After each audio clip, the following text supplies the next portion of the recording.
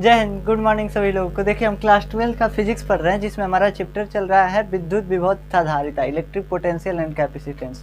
और आज हम पढ़ेंगे संधारित्रों के संयोजन के बारे में, यानी कि कॉम्बिनेशन ऑफ कैपेसिटर के बारे में। कैपेसिटर के बारे में हम समझ चुके हैं कि कैपेसिटर एक ऐसा डिवाइस है जो चार्ज को स्टोर करता है, जरूरत पड़ने पर एक ही बार छोड़ देता है। बस इतना ही हम पढ़े थे और उसका सूत्र हम डिराइव किए थे, पैरेलल प्लेट कैपेसिटर वगैरह पढ़े थे। अब इस लेक्चर के बाद एक और लेक्चर आएगा और ये चैप्टर जो है एंड हो जाएगा। बस इस चैप्टर का एंड खत्म, उसके बाद तीसरा चैप्टर चालू होगा। देखिए जो पैरेलल कैपेसिटर है उन्हीं के बारे में हम पढ़ेंगे। जो भी कैपेसिटर हैं बस उनके संयोजन के बारे में हमको पढ़ना है कि कंबाइन कैसे होते हैं, किसी सर्किट में ये लगते कैसे हैं, किसी मतलब अप्लायंस में लगाना हो तो ये कैसे लगाए जाते हैं। देखिए जिनका संयोजन हमको सीखना जरूरी क्यों है, इनको सीखना हमको जरूरी क्यों है, इसके बारे में समझते हैं। ये होता क्या है कि जब हम कैपेसिटर खरीदने जाते हैं, हम गए एक दुकानदार के पास गए थे तो 2 माइक्रोफैरड का हमको कैपेसिटर दे रहा था, 2 माइक्रोफैरड का। हम कहे देखो हमारे एगो पंखा में लगता है 4 माइक्रोफैरड का कैपेसिटर और एगो पंखा में लगता है बस 1 माइक्रोफैरड का कैपेसिटर। तो कहा ले जाइए 2 कैपेसिटर, 4 कैपेसिटर ले जाइए, एगो में 2 लगा दीजिएगा, एगो में 2 लगा दीजिएगा, हो जाएगा आपका। बोला कि 2 माइक्रोफैरड का हम कैपेसिटर 4 ठे आपको दे रहे हैं, एक में 2 कैपेसिटर लगा दीजिएगा, 2 2 4 हो जाएगा, 4 माइक्रोफैरड। एक और में कंबाइन करके लगा देंगे तो 1 माइक्रोफैरड का बन जाएगा और 2 यहाँ पे भी लग जाएगा। तो हम बोले ये कैसे हो गया कि ये 2 मिला करके यहाँ पे 4 हो जाएगा, 2 मिला करके 1 हो जाएगा, ये कैसे हो रहा है। यहाँ पे भी 2 कैपेसिटर लगा रहे हैं 2 माइक्रोफैरड का, यहाँ पे भी 2 कैपेसिटर लगा रहे हैं 2 माइक्रोफैरड का। यहाँ पे इसकी कैपेसिटी हो जा रही है 4 माइक्रोफैरड, यहाँ पे इसका कैपेसिटेंस हो जा रहा है 1 माइक्रोफैरड। ये कैसे हो रहा है? तो कहा तब आप संधारित्रों का संयोजन नहीं पढ़े हैं, यानी कि कैपेसिटर का कॉम्बिनेशन करना नहीं सीखे हैं। तो हम कहे कैसे होता है, तो बताया हमको, वही आज हम आपको बताने वाले हैं। देखिए कैपेसिटर जो होता है इसको कंबाइन करके इसकी धारिताओं को बदला जा सकता है। कैपेसिटर जो होते हैं 2 या 2 से अधिक कैपेसिटर को मिला करके धारिताओं को बदला जा सकता है। सर्किट में अगर किसी सर्किट में जरूरत है 2 माइक्रोफैरड के कैपेसिटर का, हमारे पास है 3 माइक्रोफैरड के बहुत से कैपेसिटर, तो कैसे हम इसको 2 माइक्रोफैरड का बनाएं, इसके लिए हमको संधारित्रों का संयोजन पढ़ना जरूरी है। तो संधारित्रों का संयोजन जो है ये 3 तरीके से होता है। पहला तरीका है श्रेणी क्रम संयोजन। श्रेणी क्रम संयोजन लिखते जाइए आप, हम भी आपको अभी समझा नहीं रहे हैं, जब समझाएंगे तब समझिएगा। दूसरा है क्या, पार्श्व क्रम संयोजन, पार्श्व या समांतर क्रम संयोजन। यानी कि पैरेलल कॉम्बिनेशन। और तीसरा है मिक्स्ड कॉम्बिनेशन, यानी कि इसमें दोनों आ जाएंगे, यानी मिश्रित संयोजन। इसके बारे में हमको पढ़ना नहीं है, ये हम मिश्रित क्रम संयोजन ये हम क्वेश्चन में ही देख लेंगे कैसे होता है। मिश्रित, यार क्या लिख रहे हैं, मिश्रित क्रम संयोजन, इसको हम क्वेश्चन जब करेंगे ना तो इसी में हम देख लेंगे कैसे ये लगेगा। श्रेणी क्रम संयोजन इसको बोलते हैं सीरीज कॉम्बिनेशन। सीरीज का स्पेलिंग गलती होगा, हमारा दोष नहीं।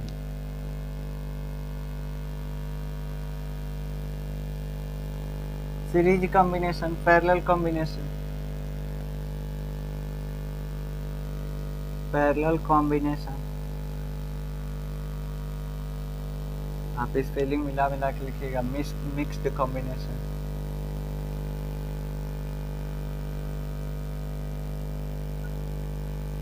ये 3 तरीके से होता है संधारित्रों का संयोजन। संधारित्र का जो दर्शाने का तरीका है हमारा, ऐसे दिखाते हैं। 2 प्लेट बनाएंगे जो कि बराबर बराबर रहेंगे, ये संधारित्र का ये क्या है, संकेत है।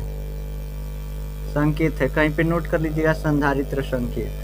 संधारित्र को दिखाने का तरीका, कॉपी में हम कहाँ से लाएंगे संधारित्र, तो इसको दिखाने का तरीका क्या है कि 2 प्लेट बनाएंगे, दोनों हल्का हल्का तार निकाल देंगे, ये संधारित्र का संकेत होगा। इसी तरीके से संधारित्र को दिखाते हैं, इधर एक को प्लस कर दीजिए, एक को माइनस कर दीजिए, बस यही है संधारित्र यानी कैपेसिटर। अब ये कैपेसिटर जो है इसको दो तरीके से कंबाइन किया जा सकता है, एक सीरीज कॉम्बिनेशन और एक पैरेलल कॉम्बिनेशन। देखिए इस मार्कर के कैप को साथ में जोड़ दें और पीछे वाले हिस्से को साथ में जोड़ दें तो ये हो गया पैरेलल कॉम्बिनेशन, दोनों एक दूसरे के समांतर हैं, पैरेलल कॉम्बिनेशन। अब इसको ऐसे जोड़ दें, एक के पीछे वाले भाग को और एक के कैप को, तो ऐसे जोड़ रहे हैं तो ये क्या है, सीरीज कॉम्बिनेशन। सीरीज कॉम्बिनेशन तो सीरीज कॉम्बिनेशन और पैरेलल कॉम्बिनेशन, जब किसी संधारित्र का, जब पहले संधारित्र का माइनस सिरा दूसरे संधारित्र के प्लस सिरे से जुड़ा हो तथा दूसरे संधारित्र का माइनस सिरा तीसरे संधारित्र के प्लस से जुड़ा हो, तीसरे संधारित्र के प्लस से जुड़ा हो, ऐसे ही आगे जुड़ता चला गया तो ये क्या है, सीरीज कॉम्बिनेशन। मतलब प्लस माइनस जोड़ते जाइए, प्लस माइनस जोड़ते जाइए, बचेगा क्या, एक लास्ट वाले का, पहले वाले का प्लस सिरा बचेगा और एक लास्ट वाले का माइनस सिरा बचेगा, एक लास्ट वाले का माइनस सिरा बचेगा। तो अब ये सब मिला करके एगो कैपेसिटर के बराबर काम कर रहे हैं, सब मिल करके एक कैपेसिटर के बराबर काम कर रहे हैं। तो यही जो है, यही कॉम्बिनेशन क्या कहलाता है, सीरीज कॉम्बिनेशन। जब एक का प्लस एक का माइनस, एक का प्लस एक का माइनस, एक का प्लस एक का माइनस साथ में जोड़ता चला जाए, इसको क्या बोलेंगे, सीरीज कॉम्बिनेशन यानी कि श्रेणी क्रम संयोजन। तो श्रेणी क्रम संयोजन में आप चाहें तो लिख सकते हैं कि जब पहले संधारित्र का माइनस सिरा दूसरे संधारित्र के प्लस सिरे से, ऐसे हम लिख ही दे रहे हैं, कोई दिक्कत नहीं, जब पहले कैपेसिटर का माइनस सिरा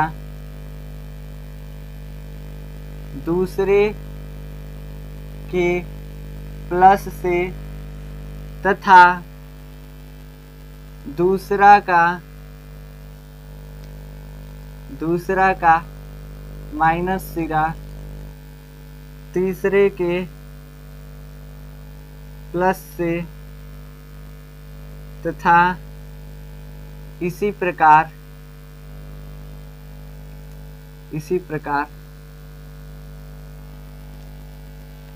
जुड़ता चला गया हो तो उसको क्या बोलते हैं, सीरीज कॉम्बिनेशन यानी कि श्रेणी क्रम संयोजन। पार्श्व क्रम संयोजन में क्या होता है, प्लस प्लस एक साथ, पॉजिटिव फर्स्ट का पॉजिटिव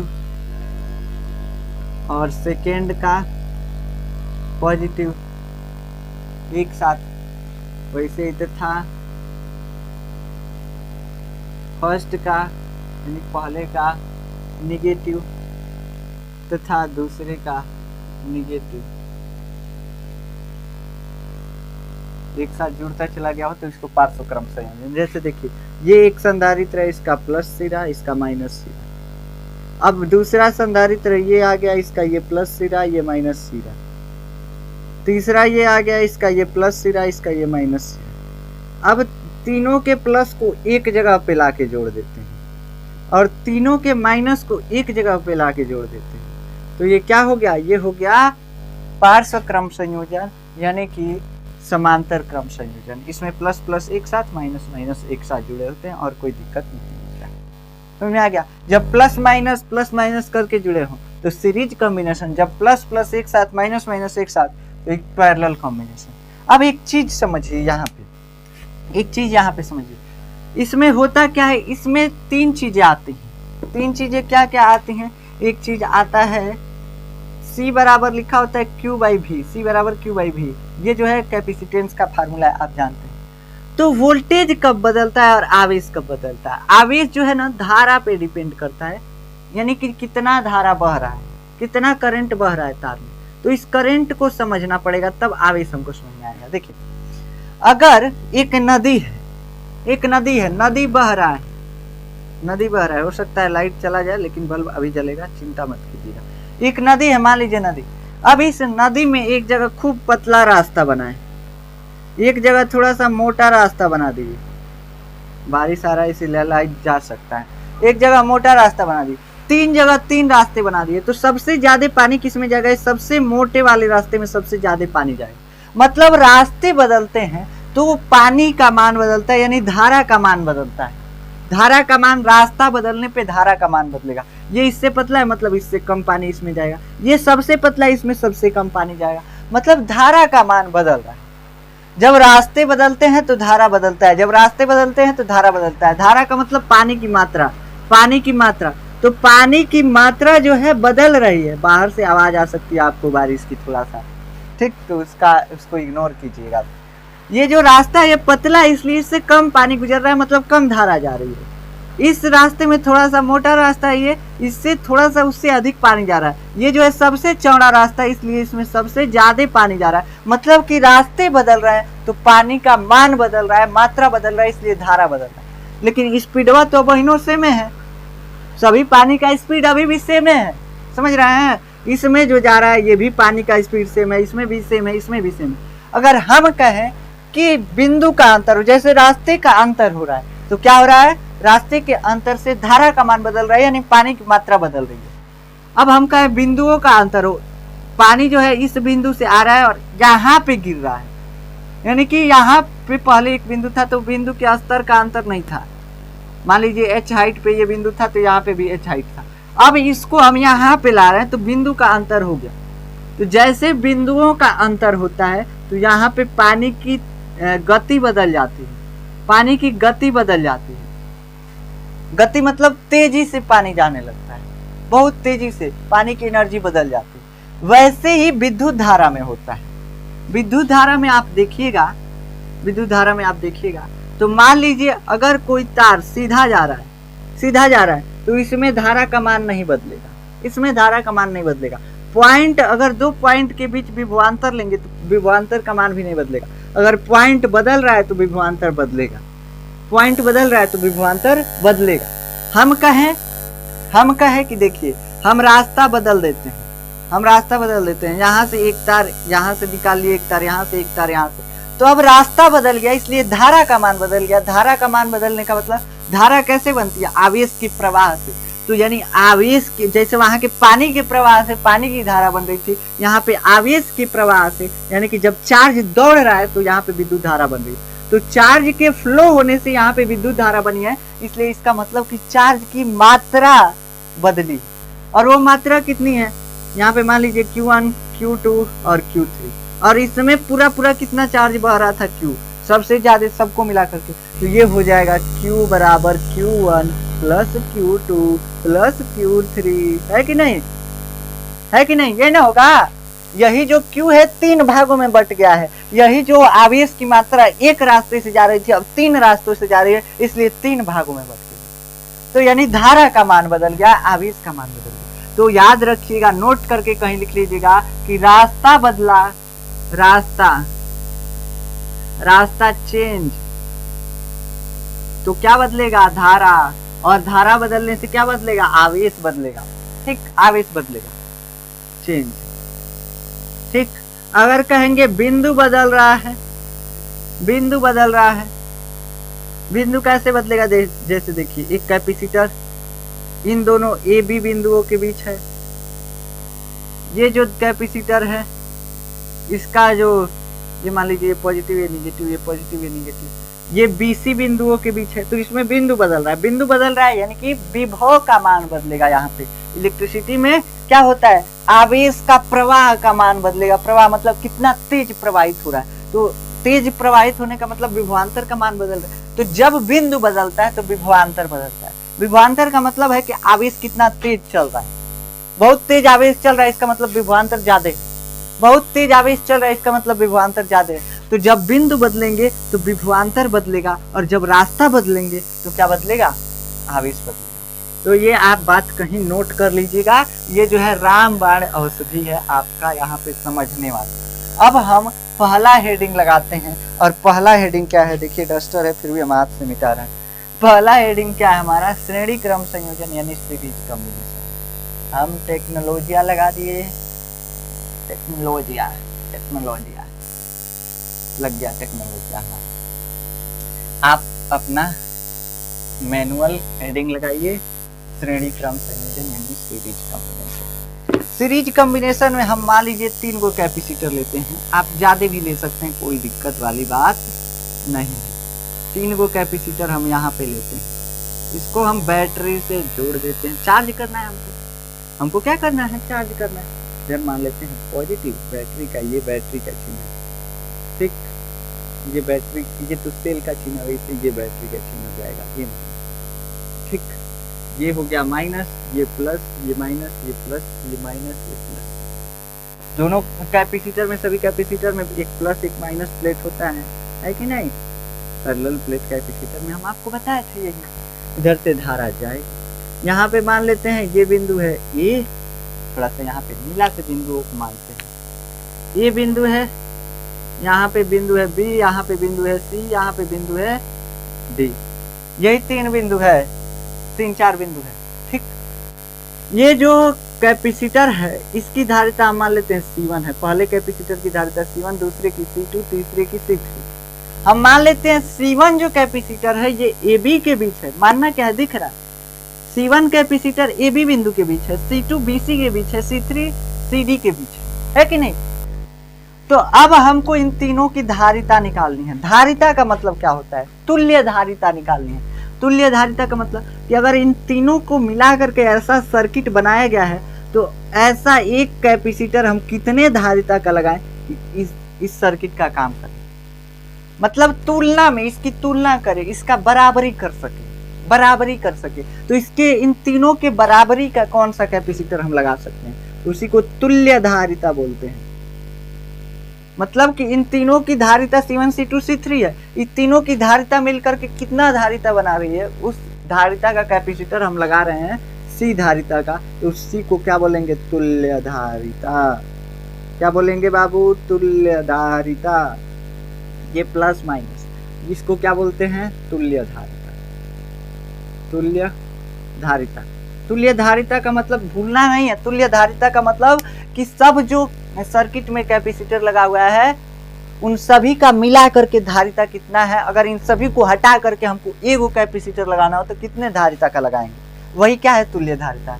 तो 2 सर्किट हमको बनाना पड़ता है, एक तुल्य परिपथ बनाना पड़ता है और एक पहले से जो रहता है तुल्य परिपथ इसको बोलते हैं, ठीक। ये तुल्य परिपथ है, तुल्य परिपथ, और ये जो पहले से रहता है वो।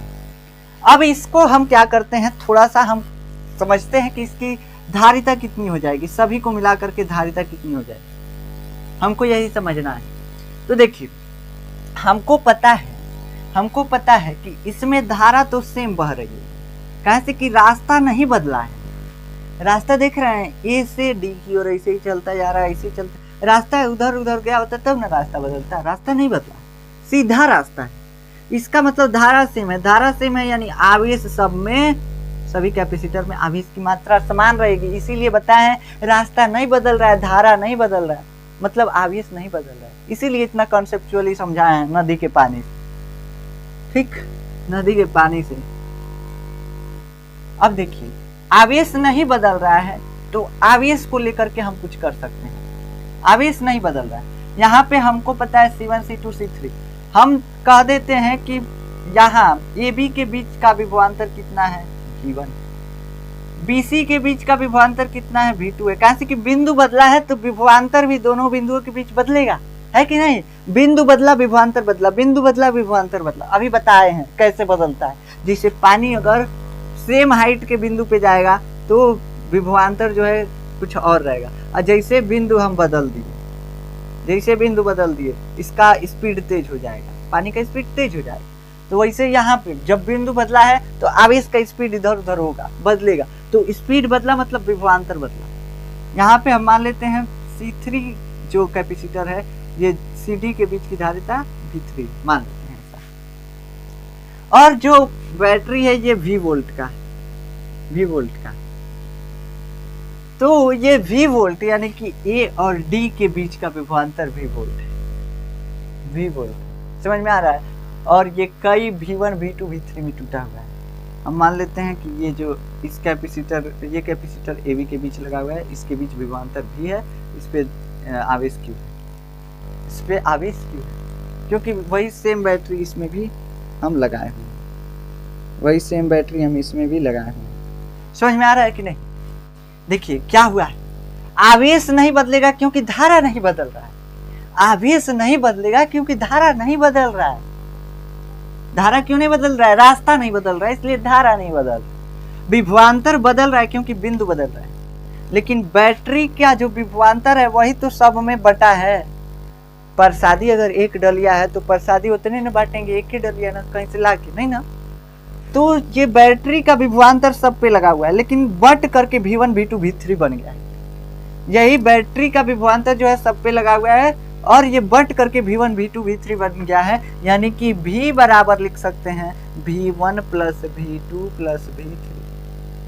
और यहाँ पे सिचुएशन क्या है, जो बैटरी का विभवांतर है वो डायरेक्टली कहीं कैपेसिटर पे लगा हुआ है, यानी कि AB के बीच का भी अब विभवांतर यहाँ पे V हो गया, यानी तुल्य विभवांतर कितना है V, और ये तुल्य विभवांतर किसके बराबर है V1 plus V2 plus V3, है कि नहीं, है V1 plus V2 plus V3।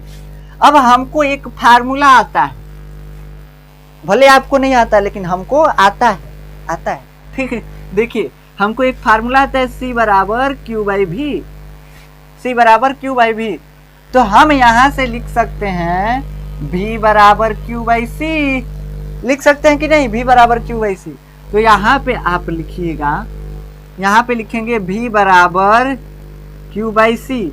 इस V का मान, इस विभवांतर का मान, इस कैपेसिटर के विभवांतर, तुल्य कैपेसिटर के तुल्य जो हम लगाए संधारित्र, उसका जो विभवांतर, उसके दोनों बिंदुओं के बीच का विभवांतर V बराबर Q बाई C निकल के चला है।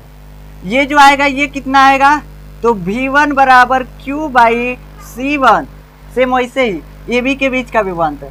ऐसे यहाँ पे V2 बराबर Q बाई C2, यहाँ पे तीसरे कैपेसिटर के बीच का विभवांतर, CD के बीच का विभवांतर V3 बराबर Q बाई C3, है कि नहीं।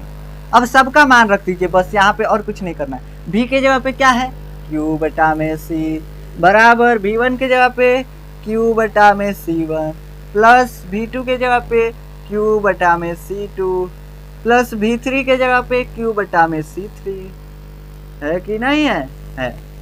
Q कॉमन ले लीजिए, जो सेम है उसको कॉमन ले लिया जाता है। Q बाई C बराबर, Q अगर कॉमन लेंगे बचेगा कुछ नहीं, Q अगर कॉमन ले लिए कुछ नहीं बचा तो 1 बचा, 1 by C1 plus 1 by C2 plus 1 by C3।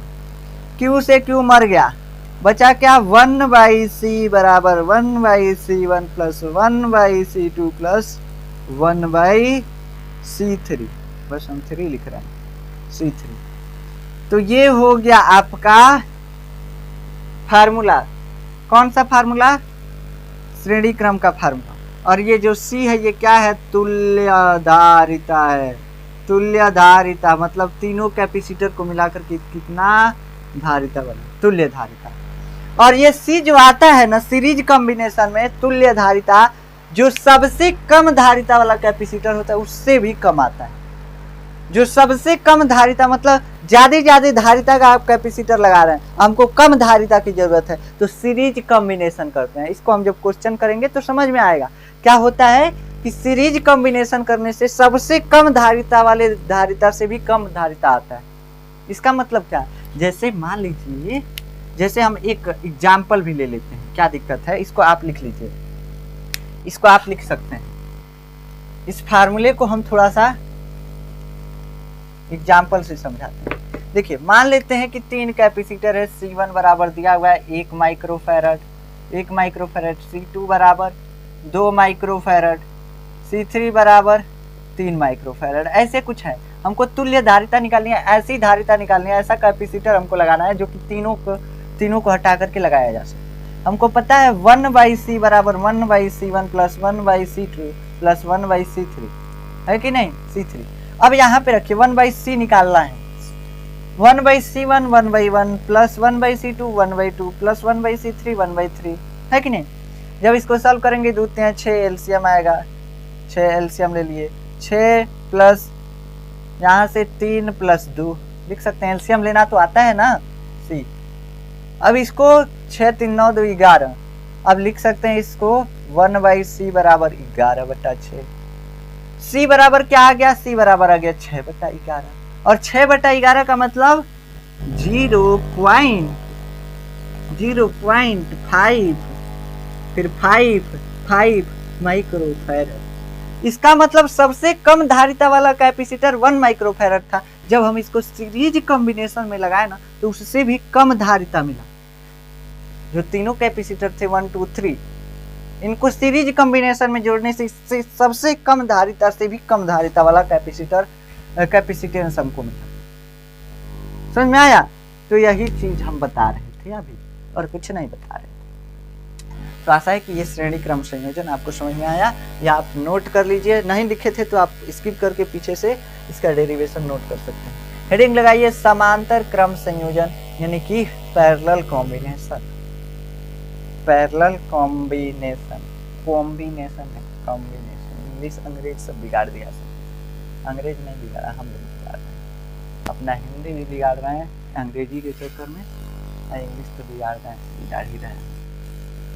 English का भजिया उड़ा देते हैं। चलिए हम क्या करते हैं, समांतर क्रम संयोजन। समांतर क्रम संयोजन इसमें क्या होगा? तो इसमें कुछ नहीं, प्लस प्लस एक साथ, माइनस माइनस एक साथ। मान लीजिए ये 3 गो कैपेसिटर है, एक कैपेसिटर, दूसरा कैपेसिटर, तीसरा कैपेसिटर, यहाँ से यहाँ से यहाँ से, ये प्लस ये माइनस, ये प्लस ये माइनस, ये प्लस ये माइनस, तीनों को साथ में जोड़ दीजिए। प्लस प्लस को एक साथ, माइनस माइनस को एक साथ, माइनस माइनस को एक साथ, ये प्लस ये माइनस। वैसे हमको जरूरत नहीं, ये मान लेते हैं ए बिंदु है, ये बी बिंदु है। तो तीनों कैपेसिटर का जो टर्मिनल देखेंगे वो सभी टर्मिनल ए और बी के बीच है। आप जोड़ सकते हैं इसको बैटरी से, बैटरी से मान लीजिए हमने जोड़ दिया, ये माइनस ये प्लस, ठीक, बैटरी से जोड़ दिया। अब इसमें कहेंगे तो रास्ते अलग अलग हैं, रास्ते जब अलग हैं तो धारा बदलेगी। धारा बदली मतलब आवेश बदल गया बेचारा। आवेश इसमें मान लीजिए इसमें Q1 आवेश है, इसमें Q2 आवेश है, इस पे Q3 आवेश है। मान लेते हैं इसकी धारिता मान लेते हैं C1 है, इसकी धारिता C2 है, इसकी धारिता C3 है कि नहीं? है ना, है ना, है कि नहीं? अब देखिए इन ए बी के बीच का विभवांतर हम मान लेते हैं भी है।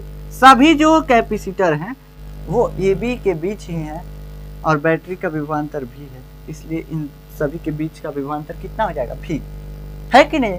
सभी जो है दोनों के लिए, सभी के लिए, तीनों के लिए बिंदु ये समान है, बदल नहीं रहा है बिंदु। बिंदु बदलेगा तब तो विभवांतर बदलेगा। बिंदु सभी के लिए सेम है, इसलिए विभवांतर सभी के लिए सेम है। हम एक तुल्य धारिता का कैपेसिटर यहाँ पे लगाना चाहते हैं, तुल्य धारिता का कैपेसिटर लगाना चाहते हैं जो कि इन सभी का काम करे। तो इसकी धारिता हम मान लेते हैं C, इस पे हम आवेश मान लेते हैं Q, और क्या करते हैं, Q मान लेते हैं, और क्या करते हैं, और कुछ नहीं करना है। इसके AB और AB के बीच का विभवांतर मान लीजिए भी, बस। देखिए जो मान लेते हैं कि बैटरी कितना आवेश दे रहा है, Q आवेश दे रहा है, तभी तो इस पे Q आवेश आया है। बैटरी आवेश कितना दे रहा है? Q आवेश दे रहा है, पूरा पूरा आवेश Q जा रहा है। तो हम लिख सकते हैं कि Q बराबर Q1 plus Q2 plus Q3। लिखे कि नहीं लिखे? लिख सकते हैं, कोई दिक्कत नहीं है। ये बैटरी कितना आवेश दे रहा था? Q आवेश, जो कि Q1 Q2 Q3 में बट रहा था। हम यहाँ से देखे जब एक कैपेसिटर लगाए तो हमको पता चला कि इस पे Q आवेश आ रहा है, मतलब बैटरी Q आवेश दे रहा है, इसलिए इस पे Q आवेश आ रहा है। तो Q आवेश आया तो इसका मतलब Q ही Q1 Q2 Q3 में बटा हुआ था, तो Q बराबर Q1 Q2 Q3, बस सिंपल सी बात है। मान लेते हैं कि Q आवेश जा रहा था तो Q1 जो है, Q2 जो है, Q3 जो है, Q बट करके ही बनाया। हमको पता है C बराबर Q by V, Q by V हमको पता है कि नहीं पता है? हम Q बराबर लिख सकते हैं C, Q बराबर C, तो यहाँ पे लिखिएगा Q बराबर C। इसके लिए आवेश का मान, अब इसके लिए आवेश का मान, इसके लिए आवेश का मान Q3 बराबर C3V और Q2 बराबर Q2V, और कहें से कि सबका विभवांतर समान है इसलिए V, सॉरी यार, C2V, ठीक। यहाँ पे Q1 बराबर C1V, ठीक। सभी के लिए धारिता अलग अलग है, विभवांतर समान है और आवेश अलग अलग है, तो वैसे ही हम संबंध बना के लिखते हैं। अब यहाँ पे सेम वही काम करना है। C भी, Q का मान रखिए C भी, Q1 का मान रखिए C1 V1 प्लस Q2 का मान C2 V2 प्लस Q3 का मान C3 V3। C कामन ले लीजिए, C B बराबर C कामन सॉरी V कामन ले लीजिए, V2 V1 V3 कहाँ से लिख दिए यार, सब में तो विभवांतर सेम ही है। तो V1 V2 V3 नहीं, V कामन ले लीजिए, C1 plus C2 plus C3 है कि नहीं। V से V मर गया, C से C का खत्म करने, V से V मर गया। C बराबर आ गया C1 plus C2 plus C3, C1 plus C2 plus C3। इसका मतलब ये हुआ कि पैरेलल कॉम्बिनेशन में सभी कैपेसिटर की धारिताओं का योग हो जाता है, जितना कैपेसिटर है सभी को मिलाकर के धारिता जुड़ जाती है। C1 plus C2 plus C3। मान लीजिए एक माइक्रोफेरेड, एक 2 माइक्रोफेरेड, एक 3 माइक्रोफेरेड, 3 2 5 एक 6 माइक्रोफेरेड की धारिता आ जाएगी। तुल्य कैपेसिटर, तुल्य परिपथ की धारिता कितनी आ जाएगी, 6 माइक्रोफेरेड आ जाएगी। मतलब सभी धारिताओं का योग हो जाता है। तो आप इसको नोट कर सकते हैं। इससे संबंधित बहुत सारे क्वेश्चन पूछे जाते हैं पेपर में, और उन क्वेश्चन को हम यहाँ पे नहीं करने वाले। हम उसके लिए एक सेपरेट लेक्चर लेंगे, अलग से लेक्चर लेंगे, उसमें बहुत सारा क्वेश्चन करेंगे, बहुत अच्छे अच्छे क्वेश्चन करेंगे। ऐसा परिपथ बनता है कि मुझे भी नहीं करता है कहाँ से सॉल्व करना शुरू करें। तो ऐसे भी क्वेश्चन देखेंगे, लो लेवल के भी क्वेश्चन देखेंगे, लेकिन इसको हम जब ये चैप्टर कंप्लीट हो जाएगा तब एक सेपरेट लेक्चर लेंगे इसका संधारित्रों के संयोजन में जब क्वेश्चन करेंगे। उसमें हम मिश्रित क्रम संयोजन वैसे ही समझ लेंगे। मिश्रित क्रम संयोजन का मतलब, मान लीजिए ये हम क्या जोड़े हुए थे पैरेलल, और कहीं और ये वो आगे कैपेसिटर लगा दिए यहाँ, तो ये इन तीनों के सीरीज में होगा। इन तीनों कैपेसिटर के तुल्य कैपेसिटर के क्या हो गया, सीरीज में होगा। समझ में आ रहा है। तो ऐसे ही मिश्रित क्रम संयोजन का मतलब कि सब में सब संयोजन हो, पैरेलल भी हो और सीरीज भी हो, दोनों मिलाकर। तो उसके लिए कोई फार्मूला नहीं बनाएंगे हम। फार्मूला बनाएंगे ढेर कंफ्यूजन होने लगेगा। ये दो फार्मूला याद रखना है बस। फार्मूला उसके लिए भी बनाया जा सकता है, कोई दिक्कत नहीं। बनाएंगे कंफ्यूजन हो जाएगा बहुत ज़्यादा, इसलिए नहीं बना रहे हैं। उसको क्वेश्चन में ही हम सॉल्व कर सकते हैं। ठीक, तो आशा है कि ये चीज़ें आपको समझ में आई होंगी। नोट्स चाहिए जाकर डिस्क्रिप्शन में देखेंगे, नोट्स मिल जाएगा, वहाँ से नोट्स जाकर के डाउनलोड कर सकते हैं।